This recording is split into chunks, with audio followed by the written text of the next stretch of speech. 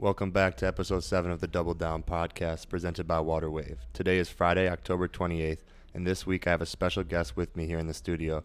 But before we get to that amazing interview, I want to start with the Double Down weekly wrap-up. As I had mentioned on last episode, we're going to continue this weekly wrap-up here on the Double Down podcast. And we're just going to kind of, go over things in my life that have happened in the last week, as it's just a quick wrap-up for the audience and people listening. So starting with, I had mentioned in the last episode about our scrimmage against Colorado State. It was a really good scrimmage. Exciting to be in the barn again. I'm looking forward to fans being in there. It was fun to see some of our freshmen and see these young guys playing at a high level. So, really excited about what's going on there, what's going on with our team. In other news, the NBA season is back. My Timberwolves are off to a 2-2 start. Not great, but we're going to figure it out. Interesting pieces with Rudy Gobert and Cat playing out there together. So yeah, they just kind of got to figure it out. I think it takes time, and with so many games, it's gonna work over time. I truly believe. Hopefully, my prediction is a 4 seed in the West. So that's what I'm hoping. One other thing I want to hint on, and I want to shout out Talon Cooper because he mentioned John Morant scoring champ, and I'm with that. So we are both on the John Morant scoring champ train. And then lastly, in terms of the knee kind of stuff, I have my 4-month checkup next week. So that's kind of a big milestone for me. We're going to do this track testing, return to athletic competition, and see if I can kind of start running and doing more stuff on the basketball court. So that's all I really got for this week's wrap-up. Make sure you stick around for this week's featured interview. I'm super excited for this week's podcast. I have joined with me here in the studio. Our guest was rated as the number 78 overall player in the nation, the number 17 guard by ESPN. She was also named to WBCA High School All-American team. She led her high school to a 28-1 record and the number 2 final national ranking in the espnW 25 Power Rankings. She was also named Northern California Prep's Player of the Year, a new personal friend of mine, Mi'Cole Cayton. Thank you for the introduction. No, I mean, you got to mention that kind of stuff because obviously we've talked before about, how you had so many, personal accomplishments, but your team accomplishment. I read somewhere that you guys actually defeated Katie Lou Samuelson. Yes. Tell me about that before we get into our story, because Katie Lou is like, I'm going to shout out Katie Lou. I think she's like married now or something like that, but like Katie Lou is like my, she was my crush forever, like my basketball crush. So tell me about that section final game over Mater Day. Yeah, so we actually got the chance to make it to state, and we played there at Cal Berkeley. Went up against Katie Lou Samuelson, and we were rated number 2 at the time. Mater Day was number 1, and we played. And at that time, it was junior year for me, and we, came out ready to fight. Let's go. We had a lot of young ones on the team, and they were just all so hungry, to get a win. And if I don't recall, we had a number 1 rating player of the year also. Akira DaCosta ended up going to Baylor and now plays overseas. And we took them head on, and we won. And you did your thing too. You did your yeah. thing. You had led the team in scoring with 21 points that game, Yes, which is awesome. An awesome game. It's fun to obviously do all the different kind of stuff, but when the ball's going in the hoop and especially when you win, it's really fun. So, but let's dive back. Let's go to that high school time. Let's talk about your high school time and your recruiting process. And when did basketball kind of become that thing for you? Like, was it at an early age, or was it kind of later into high school? Like, when did you know basketball is something you want to do with your life? Yeah, so I've been playing basketball since 3rd grade, and I've been running track since first. Okay. So I was always a track runner first, and I would be, coming into basketball practice late, coming from track, and, all these different things. And it took a minute for me to get the fundamentals down. I was just this kid who was very energetic, very long and skinny, and could run. And so defense was always my specialty, right from the get-go.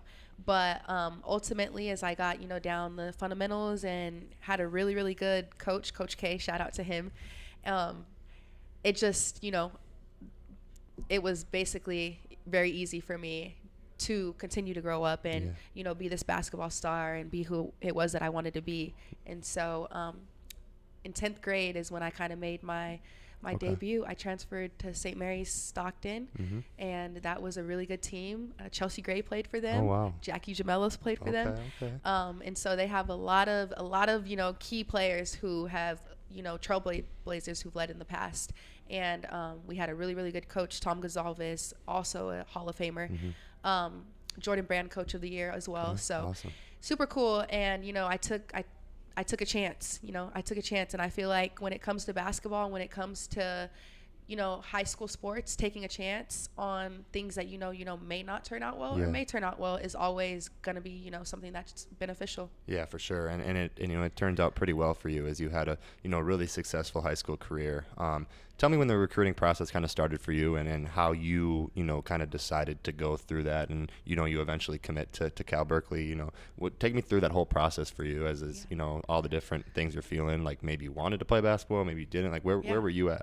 So 10th grade is when it all started. We went to our very first tournament, and it was the Arizona tournament, and that's where Nike Nationals and teams compete. And I just lit it up. And it was the first time ever being on such a big platform. And I knew I did pretty good, and I just wasn't really was really young and still a track runner. Made it to state also 10th grade for track too. She does it all. And so I really wasn't too sure what it was that I was going to do, but as I continued, I went home 2 weeks, 3 weeks I guess after all of that was complete, and I was seeing all these letters, and I'm like, oh, what's this? Invited to a camp, offer, And so I actually got my first letter from UNLV as a 10th grader. And then from there, Nebraska recruited me. And so things were starting to, take a turn very, very fast. And it was like, here I was, this track runner who's been running track since first grade, and now I'm getting college offers. And so, that process was really cool. And I think after, just being able to see the offers and see different coaches calling is when I said, yeah, basketball is my thing.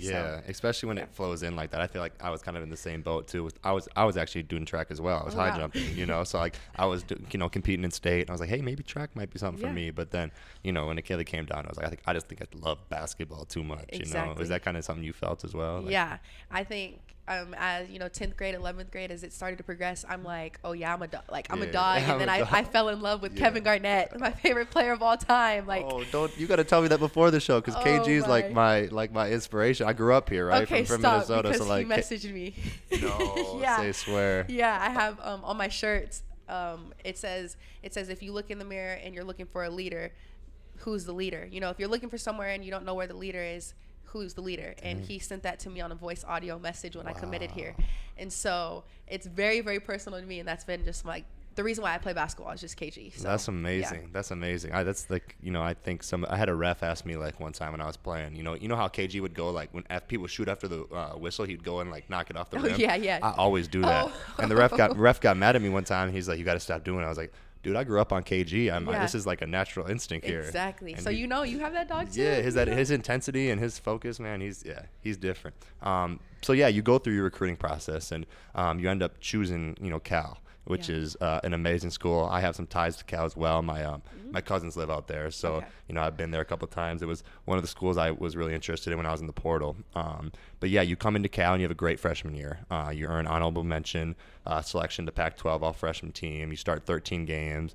Tell me about that transition from, obviously you're from that area, so like it wasn't a new location to you, but it's a new game. It's a faster pace. It's stronger girls. It's more physical. It's more shot making. How did your transition go into college? Yeah, it took a minute. It definitely did. I mean, it took me probably the whole preseason to really get it down and, know my role. And, just at the time I was lucky enough to have such a great coach, Lindsay Gottlieb, also former coach for the Cavaliers in the NBA. So I was lucky enough to have her as a coach, and, she was just very, very consistent on pushing me and telling me you're going to be great. You're going to be good.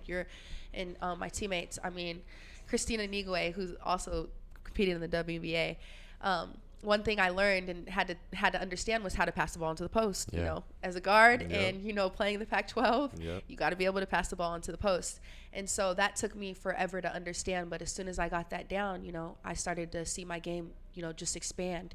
And whether it was passing into the post and getting the ball back out to shoot a three, or drive to the basket, that's what it was. And so that transition was very, very hard and very rough. And that's why, as the young ones that we welcome to the team now, it's going to take a little bit of time. Yeah, so. No doubt. We talk about it every day in our locker room. We have, 5 or 6 guys, and it's like, their potential is through the roof. Exactly. I think even the girls on your team, like the potential is through the roof. Now, hey, can you buy into like what we're trying to do here and mesh as a group? And I think that's something you would say you did. Obviously, you open up your second year. You have that big jump, and you're excited to go for your second year, and you come out hot, 13 points. Starting out your second year, and then travesty obviously hits. Take us through even before that. Our first injury here. Coming into your sophomore year, where was your mind at? Obviously you want to take that, sophomore year jump. Is that something that you were trying to do, be more of a leader, be more of a that dog in you for the team? Is that something that you had on your mind? Yeah, and I actually had showed it. We, at that time, we had our foreign tour, and so we went down and we played in New Zealand and Australia, and it was a huge difference. Yeah. The 30% three-point shooter that I was before, maybe like 26% freshman year, went from like 26, 30, whatever, to now like 35, 40, being more consistent with that. And so coming into that first game, I was ready. I was just like, okay, this is my time to finally, show everyone what they've been missing. I kind of just wanted to come in as a leader, do whatever it was that I needed to do for my team, and be the dog. And like they say, they used to call me the Energizer Bunny back then, because I just had so much energy. I wanted to get in your face and rattle you, and all these different things. And my defense led to my offense every single game. And so my main thing was to come and be focused and be what my team needed me to be at that time. Yeah, and it seems like you did it. You're ready to go. You career high tying. You hit 3 threes in a game against St. Mary's, which is a big game. That's Cal, St. Mary's. I don't think it's very far in distance, and it's always I think always with the men's side and the women's side too is good competition. So it's obviously got to be an exciting game. And then you unfortunately come down with your first injury, ACL, MCL. What else was in there? That LCL, that PCL, a little bit of everything, all of that, the whole knee. Yeah, take us through that. Like, did you know right away? What were your initial emotions when you got hurt? Yeah, it was 1 minute and 45 seconds left in the fourth quarter. Wow. I could have went up for the layup, and still to this day, I think I could have just went up for the layup, but I wanted to, being the KG mentality, I wanted to get fancy and make a nice pass to my teammate, because that's just what the game of basketball is. Yeah. There's wins and there's losses. And, I wanted to be that for my teammates and make a fancy pass. As soon as I passed it, next thing you know, I just go down, and I felt my knee kind of go to the back of my knee. And I'm like, what is going on? I felt pain, but I was just thinking that, it wasn't anything. It was probably just some bruising or, something slight, but I've never been injured before. So during that moment, I just wasn't ready to fully process that it was over. That season was over. And so I guess I was just very hesitant. I didn't really know what to do, what to feel, until I went back into the trainer's room, and they said, it's not looking too good. Yeah. It's going to have to get surgery. Yeah. And I no, it's not. I'll show you guys I can walk. I'll show you guys. They're like, no, you're going to have to, have crutches. I've never had crutches before. Like, no, I'll show you. I'll show you. Yeah. And it just brought me back to that Inky Johnson quote when he was saying, he was like, Inky Johnson, he got injured in that, big game. And he's like, you guys weren't there when I was putting in all this work. And, and so during that time, I'm just like, nobody was there when I was putting in all this work over summer to be great for this moment. You know what I mean? And they were like, no, you're fine. And I'm like, I'm gonna be able to, to show you guys that I can walk tomorrow. Yeah. It's such a hopeless feeling too, because it's like you always want to.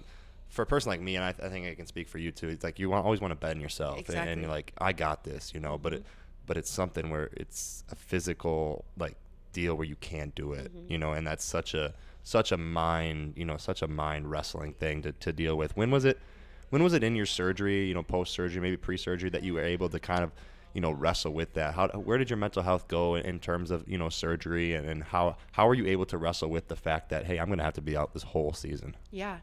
I didn't. Yeah, my freshman year or sophomore year at that time, still being 18, 19. Young. I didn't. Yeah. I didn't know what to expect. I think during that time, mental health wasn't really like a huge stigma. It wasn't talked about a lot, and it was kind of just like a mind over matter thing. And so I didn't want to make it seem like I was feeling sorry for myself. So I just continued to maybe pretend to be strong, because that was all I could do, you know. And I didn't want to be that person to go up to my friends and be like, oh, this is hard, you know, I'm struggling. I just was like, you know what, I'm gonna put this on my back, and I'm gonna just do whatever I have to do, rehab, and just get back. You know, this is a one-time thing. It's a one-time thing, and I'll be back. And that was just my mindset throughout the whole thing. So. I think I even had the same attitude with my first injury. It's like, I remember being in the training room just being like, all right, what do I have to do to get back in 6 months? Because I was a big Vikings fan, so I grew up on watching Adrian Peterson. He tore his ACL and was back in like 6 months. I was like, okay, what do I got to do that so I can play this year? How would you say your mindsets, and we'll get back to this in like the future part of the interview as well. How would you think your mindsets change, and what would you say to that like sophomore version of you in terms of like feeling like not being okay, and it's okay to not be okay? What would you tell that person? I would tell them exactly that. It's okay not to be okay. You know, it's okay to feel, you know, uncomfortable. But, you know, I had access to so many resources that I didn't even use, only because the fact of like I wanted to be okay. And I it's knew scary too. It's very scary. It's very scary. And in that moment, I was just, you know, feeling numb, almost like, okay, you know, do whatever I need to do whatever I need to do. Almost like shut the world off and just let me narrow my lane and just get back and not have anybody worry about me. And if I had to look at that and tell myself something differently, I think it would just be like, it's going to be okay. And nothing is wrong with you. Because I would just always think like, wait, is there something wrong with me? Like, am I supposed to be thinking this? Like, I'm scared like that. I'm thinking like, what if basketball is the end goal for me, you know? And so I would just tell myself, you know, that mentality thing, and there's people to talk to, there's resources. So you know, you eventually get through that whole process, you know, mentally, physically, and you're coming back into your third year at Cal. Where was your head at coming into that third year? Where was your trust in your knee? Where was your game at? Like, is this something you're thinking like, all right, junior year, third year, like I'm gonna kill, like I'm back on myself again? Or was it like, oh, I'm a little nervous? Like, where were you at? I think I was at like, let's do it. Like, let's do it. This is the most, you know, strong I've ever been. I feel good. I'm going to show everybody the work that I've been putting in, you know. This hasn't been a easy process for me, but hopefully this is the end of it, you know. And unfortunately it isn't, which is why you are still here today. That's why, you know, we're able to have this conversation. Exactly. But you know, you play in 3 games in your third year before you have to undergo surgery to repair the cartilage in your right knee. How did you feel? Like, what initial emotions did you feel when you were told that you would have to go through that and miss a whole another year? It was painful. It was very, very painful to hear it again. And I really do remember coming back from that San Diego trip. We're on the plane, and the next thing you know, we get off the plane and my knee is like so swollen. And I'm like, what the heck? I only played like 7 minutes. Like, not even 7, like 5. And I had scored, and I was excited, like, this is going to be, something new, something different. And we had a set of girls who were just amazing on that team, and still my friends till this day. And I was very excited, and right then and there, because at this point we know our bodies more than anybody. I'm like, oh gosh, it's another one. And I call my dad up, and I remember, and I'm like, it's another one. It's another one. And he's like, no, I don't think so. And I'm like, something is not right. There's no way my knee should be this swollen off of only playing 5 to 7 minutes. So he's like, okay, we'll go into the training room, see what they say. I go into the training room, and she's like, how is your knee still swollen? This is the next day. Like, I have no idea. It stays swollen for about 3 days. And they're like, okay, MRI time. Go through the MRI, the same thing. Go into a room, and the doctor says, I think you should probably consider maybe medically retiring. Excuse me? And once again, that Inky Johnson quote goes back into my head. I'm like, you weren't here when I was putting in this work, when I was, told I would never play basketball again. And, it's a reason why I'm still going to this day.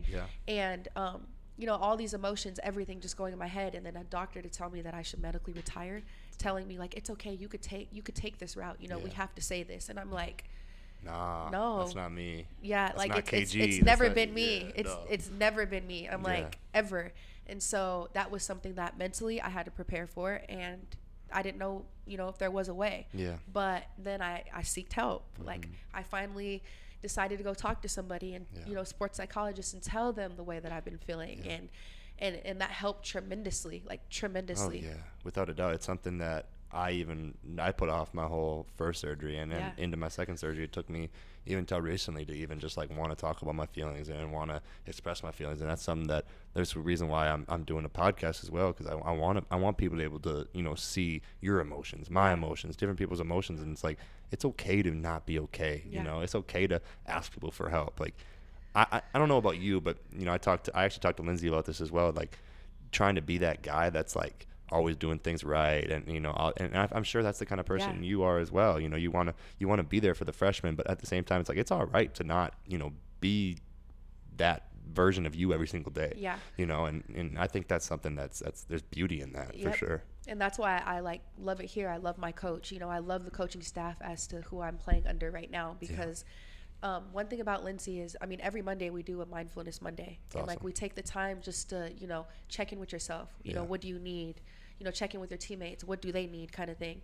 And we're able to take a mental day out of the year. Like, and you have one mental day, and that's needed. Like, that's very much so needed. And I think that helps as a team too. Exactly. Understanding where your teammates are at. How they're doing. It's college. It's a new situation for freshmen. It's a whole different beast. And I think it's a very important thing.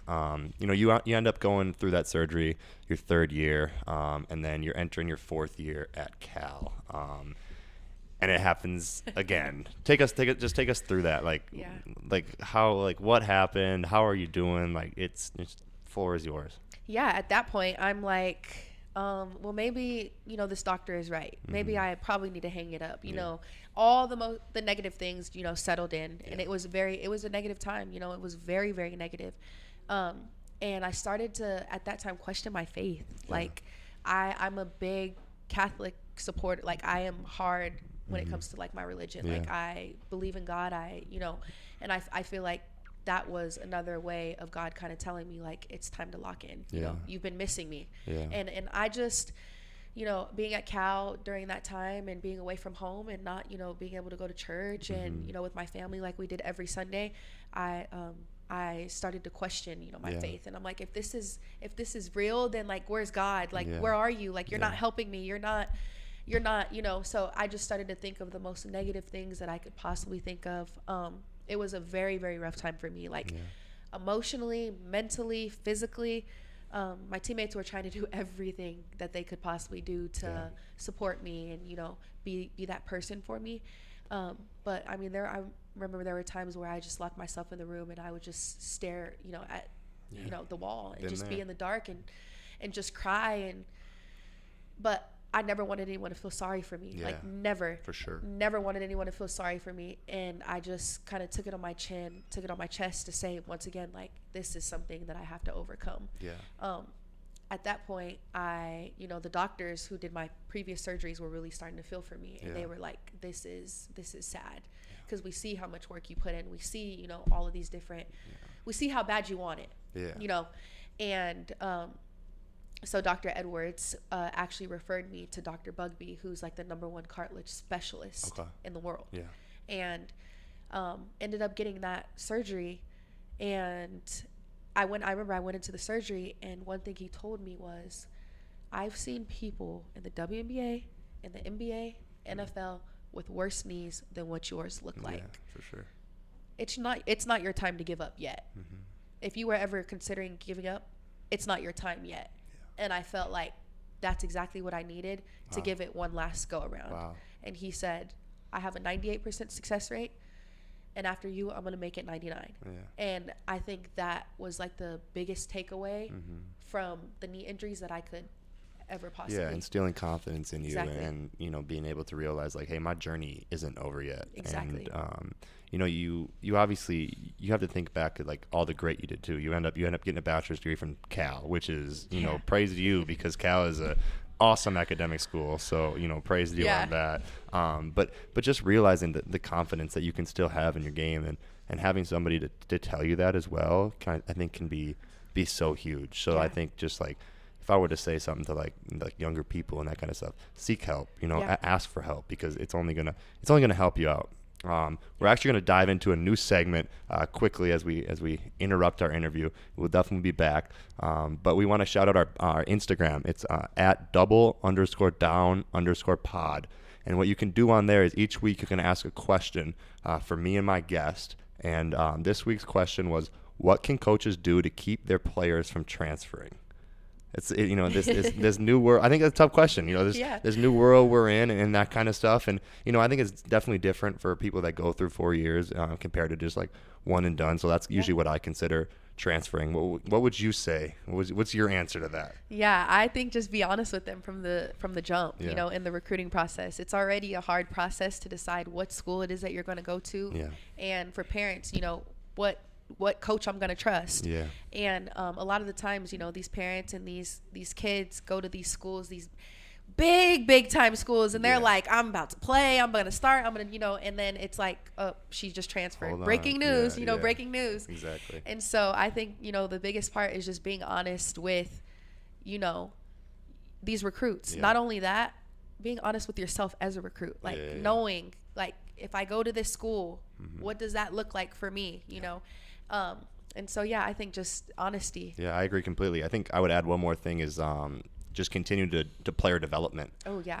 I think Lindsay does a really good job. Her staff does a really good job. Good. I think Coach Johnson does a really good job with his staff is developing players. And it shows, I think if you spend time and effort with younger guys and try to develop their game, it shows that you care and you want to get them to somewhere where they're going to be on your team, So. Yeah, that's a good question. That's big. Yeah. That's very big. That's a great question. Thank you for whoever asked that question. Make sure you tap in next week to ask another question for me and my future guests. But we're going to get back to the interview here. So you get into your 5th year, you end up transferring to Nebraska. Yeah. What? Like, you're a Cali girl. You from Cali. Like, what made you move to dang near the middle of nowhere? Yeah. So originally, I was recruited I committed to Nebraska, but because of the coaching change and all of that, I ended up opening up my recruitment and then took a visit UCLA, Utah, Cal, and then that's how I decided on Cal. But I always had a pretty good relationship with Amy. Okay. And at that time, I knew what Nebraska had to offer because I was committed there at a time. And I was thinking about my future. When I talk about, the injuries and et cetera, all of the different things that I've been through, I knew that going to Nebraska as, one of the top schools, they have a lot of money. Yeah. They invest in a lot into their facilities. They put a lot into, their trainers and different things like that. So I knew having that opportunity to go there that I'd be able to play basketball again. Yeah, especially with your situation where you're not fully healthy yet. Exactly. You end up missing the first 12 games of the 2020-2021 season, recovering from your injury. Yeah. Can you talk about that, like coach having faith in all this that you've been through and you're still not healthy, you know, coach having faith in that. How huge was that for you in that process mentally to transfer? Yeah, it was huge. I mean, at that time, coming off of that, I was doing workouts and all of these different things. And, I was thinking I was healthy and I was okay. And, they put me through a series of tests I've never been put through before. They had the Cyvex machine and all of these different things. And I'm like, what is this? What is going on? And then they came down, with basic things of like, okay, this is the numbers that we want you to meet. This is what we want to do. You have some abnormalities, to your knee, and some sides aren't balanced, et cetera, et cetera. And so I just, I said to myself, okay, this is just another step. This is some work. You've been through 4 years, 5 years of already, so much therapy, but it's about to get super intense. Like either you're ready for it or you're not. And I was ready for it, all in.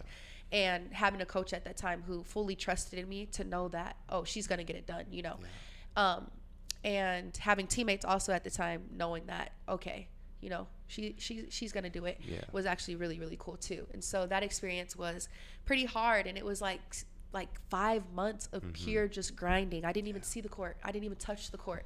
It was just 5 months of like. Talk about that. Talk about the tough, like, mental part. Obviously it's physically draining. You know, you got to do so many different things because it's like you can't just strengthen your quad. You got to do quad, hamstring, calf. You got to get your hips right. You know, you got to make sure your knees strong. Take us through that like mental process of like, gosh, I haven't played basketball in so long. Like, I just want to be out there on the court. How'd you get through that? Like, what got you through those times? Yeah, at that time I knew how bad I wanted it, and I feel like when you want something so bad, like you're desperate to do whatever you can to get that. So at that time I was desperate. Like I was desperate to be on the court, and I was desperate to, you know, be out there and, you know, doing the thing that I love. And if that meant doing 1,000 sit-ups or 1,000, you know, plank holds, I was going to do them. I didn't, you know, there was never a question about that. But also at that time I had a sports psychologist there, Brett, who was really, really good. And, you know, I would talk to him about my goals, and we'd talk about how, you know, measurable they are, like if I could reach them. So I'd set a goal every other week, and I started to notice that I was like smashing the goals. Like anything I set, I was smashing it, and I'm like, okay, well maybe I should, you know, make it a further goal. And so I just kept doing it and doing it and doing it. Next thing you know, it was like 6 months went by, and they're like, oh, you're back on the court. Exactly. And I never looked at it from that perspective. You know, going back from that freshman year, I would never be like, oh, I'm going to set a goal. Because you think it's this big, like, you just think of the end picture and this big war. But it's like, at the end of the day, it's really just these little battles that you're fighting every single day. And if you're able to win these little battles, you're eventually gonna win the war, which is something that you did. You know, your full contact practice for the first time in Nebraska, January 22nd.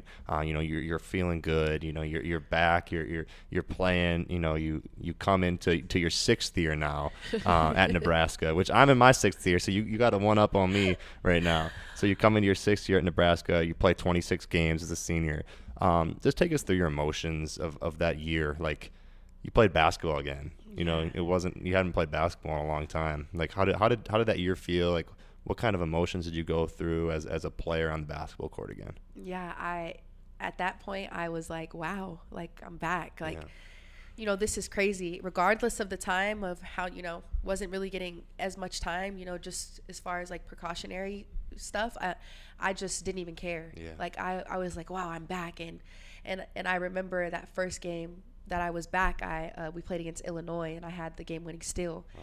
And I played 20 minutes that game. Wasn't even expecting it, my first game back. And it just felt amazing. I mean, it felt amazing to know that throughout this whole process, not only did my coaches have trust in me, my teammates did as well, but I was willing to put all the money in the bank on myself.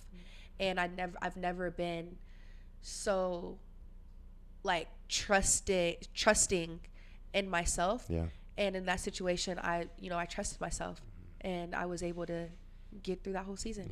You gain that kind of self-confidence in not only your game, but in who you are as a person. I feel like, you know, I think that's such a big thing, that like these injuries, they obviously test you physically and mentally, but they test who you are as a person. And you know, I definitely see it in myself. It's definitely changed the way I just like look at everything and approach relationships and all this kind of stuff, because it's, you know, it is so fragile, and you know, it can be taken away from you so quickly. So you end up with some eligibility, and you end up coming here. That's why you're in the studio. You end up transferring to the University of Minnesota. What was Lindsay's pitch? What was your thought process coming here? You know, what went into that decision? Yeah, a lot definitely did.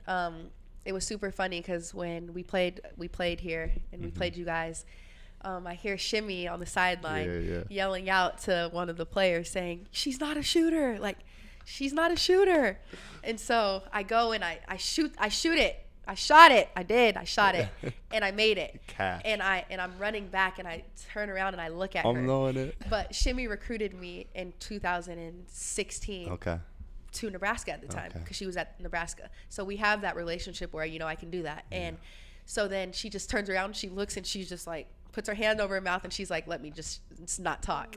And so then again, it comes again, the ball comes to me again, and they swing it to me, and I shot it, and I made it again. And at that time, I'm like don't, no, there's nothing else to say.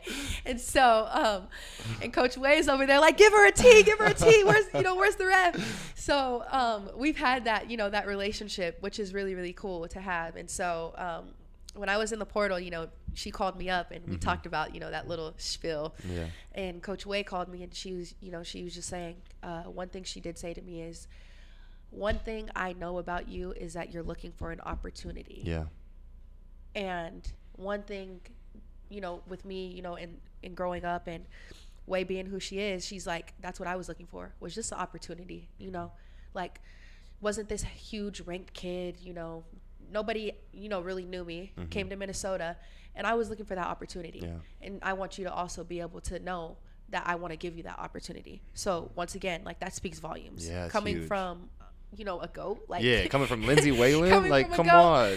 It speaks volumes. And I knew coming here that I'd be able to, learn from one of the greatest of all time. Like, I knew that. Yeah. And it was just a matter of, my knee, my situation.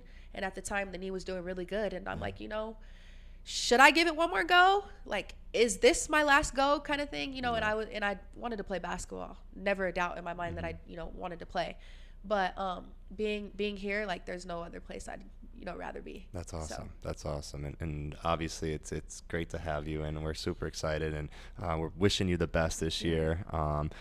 To wrap up, we like to end with, kind of just like a motivation or something that you, like went to when you were in your dog days, or like going through the hard mental times. Is there something that comes to your mind when in terms of like inspiration for other people, or something that you would like to give advice to somebody else going through some, similar situation as you? Yeah, I think for one, like, never give up regardless of the fact, there were times where I could have given up. And, a doctor, for example, telling me, like, you'll never be able to play again. Maybe you should just hang it up. And I'm like, no, because there's someone else out there who is going through 1,000 things that are harder than me. Not only that, but there's someone else out there that I know that can, fix me. Yeah. And I want the best of the best. And so I would say never give up. And one thing I would leave with is what my dad would always tell me. He'd always say, as I'd come over and, I'm running the 800, I'm on my last lap, and, 800's, tough. Very, very tough. It's a mental thing. Yep. So you come around that first lap has to be faster, and that second lap has to be even faster. Yeah. And so I'd come around that last 300, and my dad would say to me, go get it, go get it now. Yeah. Here's your time to go get it. And he'd say, no hurt, no big shirts. And I'd hear it from the side of the track, and I just turn it on. And I think that just goes for anybody in life. Like, go get it. Go get what it is that you want to get. No hurt, no big shirts. And, and it's just that simple. So I love it. Yeah. I love it. Well, thank you so much for coming on the podcast. It's awesome to have a guest like you that's, been through so much, and you're still kicking, and you're still going, you're still getting it. And we're so proud of you, and we're excited to watch you this year. Thank you. And that's been episode 7 of the Double Down podcast. Thank you for all listening. Make sure you go check out our socials at double_down_pod, and leave a question for me and my guest next week that we will get to. And also, mention what you want to talk about in the pod, what you want to see, and how you want us to go about it. And that's it. That's it for episode 7. It's been Parker Fox and Mi'Cole Cayton. And thank you guys for listening. We're out. Peace.